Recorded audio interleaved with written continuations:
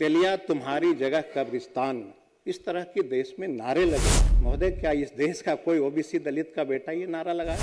तुम तड़ाका न जाने क्या, पहले कुछ था नहीं था, इसी पे माननीय मुख्यमंत्री जी चर्चा करने लगते हैं। यूजीसी बिल के लिए बिहार के दलित ओबीसी का बेटा अगर प्रयास कर रहा है कि हमको रिजर्वेशन कॉलेज में पढ़ने के लिए मिलना चाहिए, तो बिहार के मुख्यमंत्री को आना चाहिए सामने बोलने के लिए।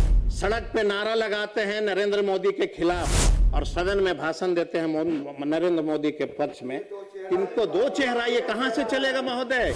आप ही कह रहे हैं कि देश के प्रधानमंत्री यशस्वी प्रधानमंत्री हैं, तो सड़क पे आप उनको अपमानित क्यों कर रहे हो? क्या तेली जाति को सड़क पे निकलने से आपकी यात्रा खराब हो जाती है? ये सड़क पे आप क्यों कह रहे हो? ये कहने का आपको अधिकार नहीं है। तब नारा सर हुजूर, नारा बदल गया, हटो नहीं तो कटोगे। महोदय, नारा में देखिए कितना जल्दी बदलाव आ गया। हमने तो यह भी देखा महोदय, सड़क पर जिनको इस सदन में यशस्वी प्रधानमंत्री के नाम से ये नारा लगाते हैं, सड़क पे उनकी जाति सूचक का कह करके देश के प्रधानमंत्री को भी अपमानित करने से नहीं छोड़ा। क्या कहा महोदय? तेलिया तुम्हारी जगह कब्रिस्तान में, इस तरह की देश में नारे लगे। महोदय, क्या इस देश का कोई ओबीसी दलित का बेटा ये नारा लगाया?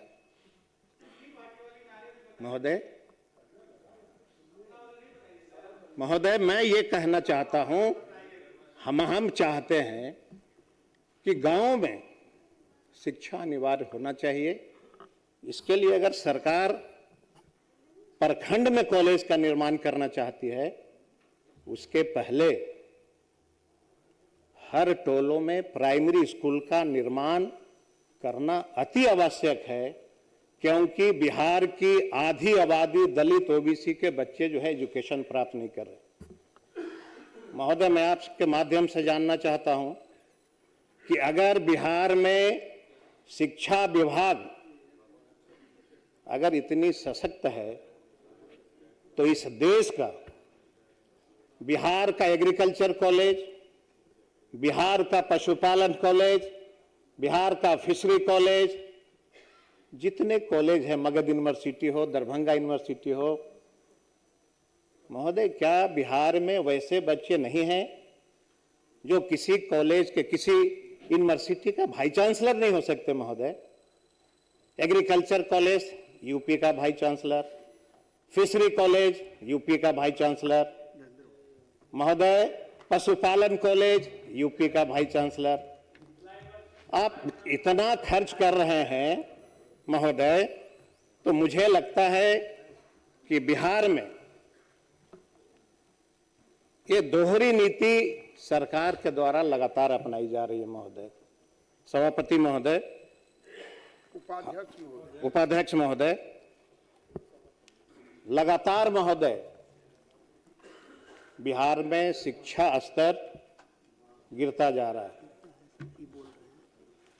बिहार में माननीय मुख्यमंत्री जी जब महोदय आते हैं सदन के अंदर, सीधे ऊपर देखते हैं, वहां देखते हैं महोदय जहां पत्रकार लोग बैठते हैं। उसके बाद विरोधी दल के नेता को तुम तड़ाका न जाने क्या, पहले कुछ था नहीं था, इसी पे माननीय मुख्यमंत्री जी चर्चा करने लगते हैं। अब जैसे इसी सदन में तो बिहार सरकार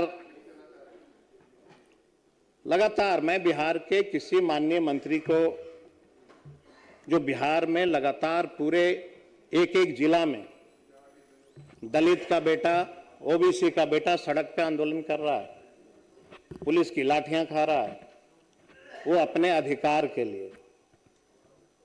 ये सरकार की नैतिक जिम्मेवारी है कि इसी राज्य में रहने वाला दलित का बेटा, ओबीसी का बेटा अगर सड़क पे आंदोलन कर रहा है, तो आपकी जिम्मेवारी है कि उसको बुला करके आप पूछिए कि भाई आपको कौन सी बात की कमी है, आप क्यों आंदोलन पे उतारे हो। ये सरकार नहीं पूछती। वोट के समय कहती है सरकार कि हम दलितों के लिए काम कर रहे हैं, आप सड़क का निर्माण कर रहे हैं। हम सभी मानते हैं कि आपने सड़क का निर्माण बड़े पैमाने पे किया, लेकिन हम महोदय आपके माध्यम से जानना चाहते हैं कि बड़ी बड़ी सड़कें की निर्माण सरकार कर रही है अडानी और अंबानी को देकर के, और सरकार सदन में कह रही है कि बिहार के महिलाओं को हमने 10,000 रुपया दिया बकरी पालन करने के लिए।